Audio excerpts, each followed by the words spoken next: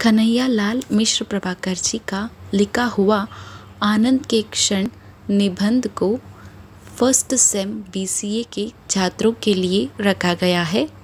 इसका सार यहाँ पर प्रस्तुत करने जा रही हूँ। कन्हैयालाल मिश्र प्रभाकर जी का जन्म पुरोहित पंडित रामदत्त मिश्र के यहाँ सहारनपुर जिले के देवबंद नामक ग्राम में हुआ था। इनके पिता रमादत्त मिश्र मधुर स्वभाव के संतोषी ब्राह्मण थे जो पांडित्य का कर्म करते थे। घर में निम्न पारिवारिक आर्थिक स्थिति के कारण कन्हैयालाल जी की विद्यालय की शिक्षा भली प्रकार न चल पाई। इन्होंने अपने प्रयास से ही संस्कृत, अंग्रेजी आदि का गहन अध्ययन किया। लेखक का कहना है कि आनंद के क्षण हमारे आसपास ही बिखरे रहते हैं, जिन्हें हमें पहचानना है और हर बात को बहुत गंभीरता से लेने के स्थान पर हाजिर जवाबी पर ध्यान देकर बिगड़ने वाली बात को हंसी मजाक में बदलने के गुण से हम बहुत सारी परेशानियों से बचने के साथ आनंद भी प्राप्त कर सकते हैं। जीवन शास्त्री सलाह देते हैं कि जब दोस्तों के साथ मिल बैठकर बातचीत कर रहे होते हैं तो घड़ी की ओर ध्यान नहीं देनी चाहिए, क्योंकि घड़ी से समय का अंदाज़ा लगता है और हम दोस्त से बातचीत के आनंद की जगह समय पर ध्यान लगा देते हैं और आनंद में कमी आ जाती है। अतः आनंद का महत्व बताते हैं।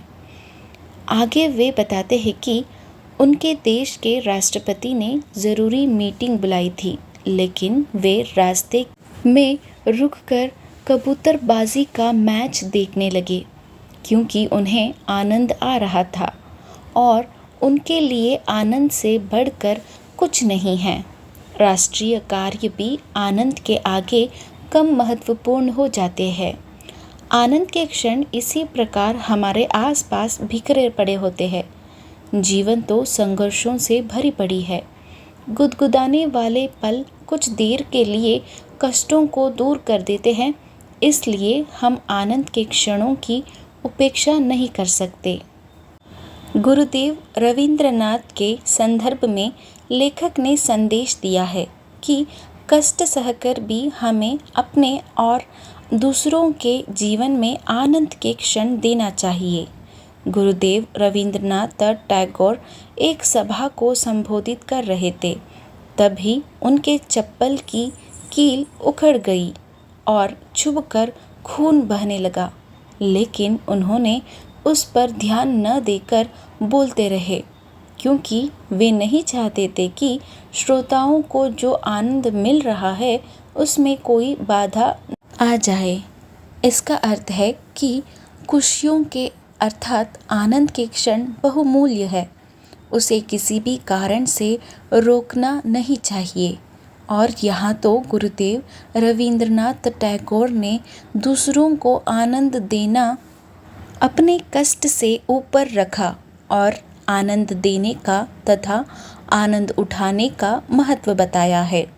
लेखक ने गुरुदेव रविंद्रनाथ टैगोर के कथन से बताया है कि आनंद प्राप्त करने के वैसी सोच होने की आवश्यकता है जिससे आनंद लेने और देने में भी इसकी प्राप्ति हो सकेगी और सार्वजनिक, व्यक्तिगत तथा व्यावसायिक जीवन अधिक सुंदर बन सकेगा।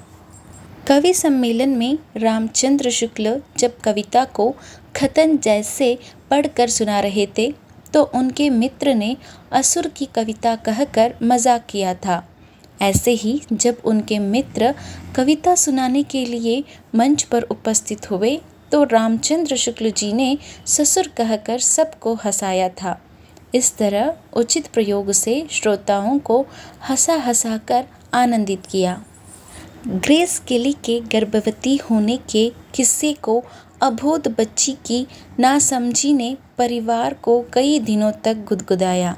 व्यंग्य बाण से H.G. वेल्स ने अभिनेत्री को करार जवाब दिया और उसका घमंड भी तोड़कर आनंद के क्षण प्राप्त किए। दो महान लेखक पद्म सिंह शर्मा और रत्नाकर जी दोनों ने एक दूसरे का खूब मजाक बनाया और आनंदित हुए। गांधी जी ने गधा सेवक संघ की स्थापना और महामंत्री बन जाने की सलाह ने अन्य कार्यकर्ताओं को आनंदित किया। इंग्लैंड के प्रधानमंत्री ने भी अपने विरोधी का मुंह भी बहुत होशियारी से बंद किया और अपनी सच्चाई को स्वीकारने में कोई झिझक महसूस नहीं की।